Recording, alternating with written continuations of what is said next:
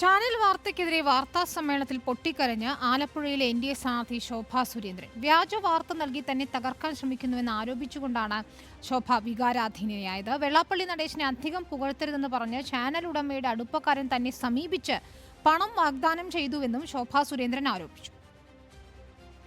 തിരഞ്ഞെടുപ്പ് പ്രവർത്തനത്തിലെ പോരായ്മകൾ ചൂണ്ടിക്കാട്ടി ആലപ്പുഴ ജില്ലാ നേതൃത്വത്തിനെതിരെ ശോഭാ സുരേന്ദ്രൻ പരാതി നൽകിയെന്ന് ചില ചാനലുകളിൽ വാർത്ത വന്നിരുന്നു. ഈ വാർത്തയോട് പ്രതികരിക്കുമ്പോഴാണ് ശോഭാ സുരേന്ദ്രൻ വൈകാരിക പ്രതികരണം നടത്തിയത്.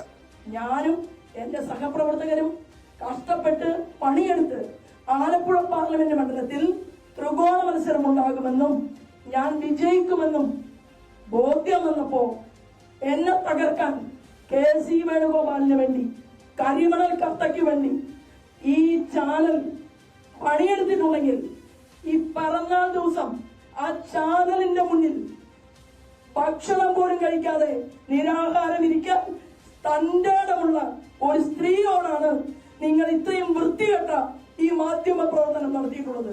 ജില്ലാ നേതൃത്വത്തിനെതിരെ പരാതി നൽകിയെന്ന വാർത്ത വ്യാജമാണെന്നും ശോഭ പ്രതികരിച്ചു. ജില്ലാ നേതൃത്വത്തിന് ഞാൻ പരാതി കൊടുത്തു എന്ന് പറഞ്ഞ ഒരു വാർത്ത വരുത്തുന്നതിന്റെ പിന്നിലെ ചേതോ വികാരം എന്താണ്? ആലപ്പുഴ മണ്ഡലത്തിൽ നല്ല മുന്നേറ്റമുണ്ടാക്കുന്നതിനുള്ള എതിർപ്പാണ് ഇത്തരം നീക്കങ്ങൾക്ക് പിന്നിലെന്നും ശോഭാ സുരേന്ദ്രൻ ആരോപിച്ചു. റിപ്പോർട്ടർ, ആലപ്പുഴ.